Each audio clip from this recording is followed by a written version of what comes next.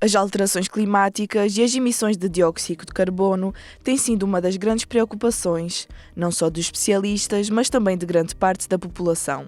A professora Júlia Seixas veio até Angra do Heroísmo para partilhar informações sobre a transição energética. Os desafios que se colocam às economias, seja a economia mundial, seja a economia portuguesa, seja a economia das ilhas ou até de uma cidade, quando nós temos pela frente este desafio enorme que é reduzir as emissões de gases com efeito de estufa, que são a causa principal do problema das alterações do clima. Não é fácil. Há muita tecnologia disponível, mas não há varinhas mágicas para fazer esta transformação muito rápida e, portanto, esta transição é lenta, tem vários níveis de complexidade, desde questões de investimento disponível até alterações de comportamentos que nós devemos ter enquanto indivíduos e, portanto, é um pouco sobre estas questões da transição energética para percebermos o que é complicado e complexo, mas também é uma oportunidade. E vamos também ver porque é que esta transição é uma oportunidade para Portugal.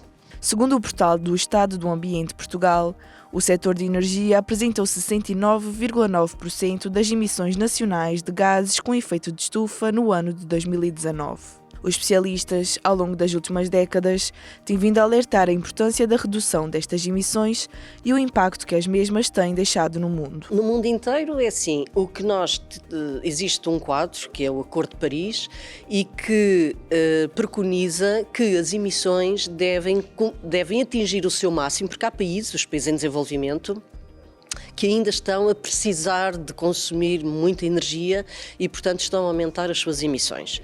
Mas o que o Acordo de Paris diz, reconhece isso, mas diz que devemos atingir o pico das emissões tão cedo quanto possível e começar a reduzi-las muito rapidamente, por forma a que, em meados deste século, 2050, convenciona-se que é o meados do século, consigamos atingir a neutralidade carbónica. O que é que isto significa? É um palavrão, mas é uma coisa fácil de explicar. Significa que nós vamos, apesar de tudo, ter algumas emissões que não vamos conseguir reduzir a zero, mas devemos ter, na mesma proporção, remoções de CO2, por exemplo, pelas florestas ou por outro tipo de tecnologias que já retiram CO2 da atmosfera. E, portanto, esta soma entre estas emissões que não conseguimos reduzir e estas remoções é que tem que dar zero. E é isto que é a neutralidade carbónica. Como é que estão essas projeções?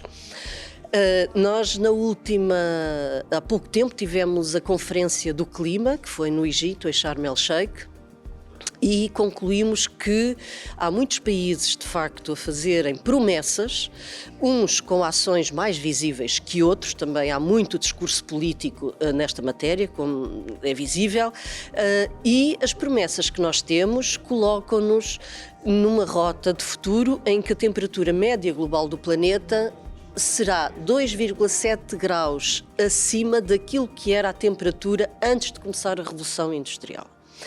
O que os cientistas nos dizem é que este acréscimo não deve ultrapassar 1,5 graus, porque a partir daí começamos a não controlar, nós não controlamos o clima, a não conhecer o que é que o clima pode responder, e os riscos são bastante grandes. Portanto, em termos de projeção, temos ainda um grande esforço para reduzir emissões. Se não conseguirmos, vamos ter que investir muito dinheiro a ter que lidar com o novo clima, que em alguns países já é muito notório. A origem destas emissões são variadas. Júlia Seixas explica como a sociedade pode ajudar na redução de emissão destes gases. Esse tipo de emissões tem várias origens. Em termos globais e sobretudo para os países desenvolvidos, digamos assim, onde Portugal se insere, cerca de 70% tem a ver com a energia. Energia que nós usamos nos nossos automóveis, que é gasóleo ou gasolina, portanto deriva de petróleo.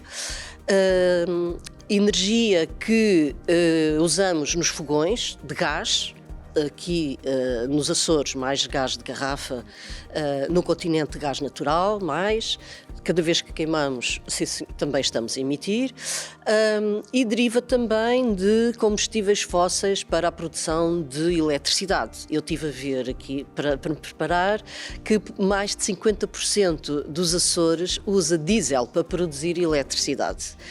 E, portanto, este é o primeiro ponto, como é que nós devemos investir em eficiência energética para, sem perder conforto, consumirmos menos energia. Isso é muito importante.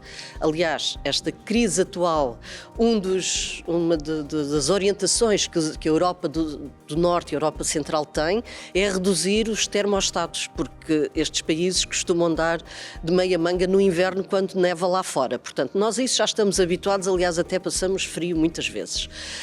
Portanto, não é bem uma medida para Portugal. Mas há outras. Se isolarmos melhor as casas, por exemplo, substituindo janelas duplas, garantimos conforto e não precisamos de consumir energia, ou pelo menos tanta energia. Nos automóveis, sempre que possível, teremos que ir adotando a mobilidade elétrica, por exemplo. Eu sei que estou numa terra muito importante em matéria de carne, mas não vale a pena não enfrentarmos e não falarmos claramente sobre o assunto. De facto, o gado é um dos problemas principais por causa de duas questões.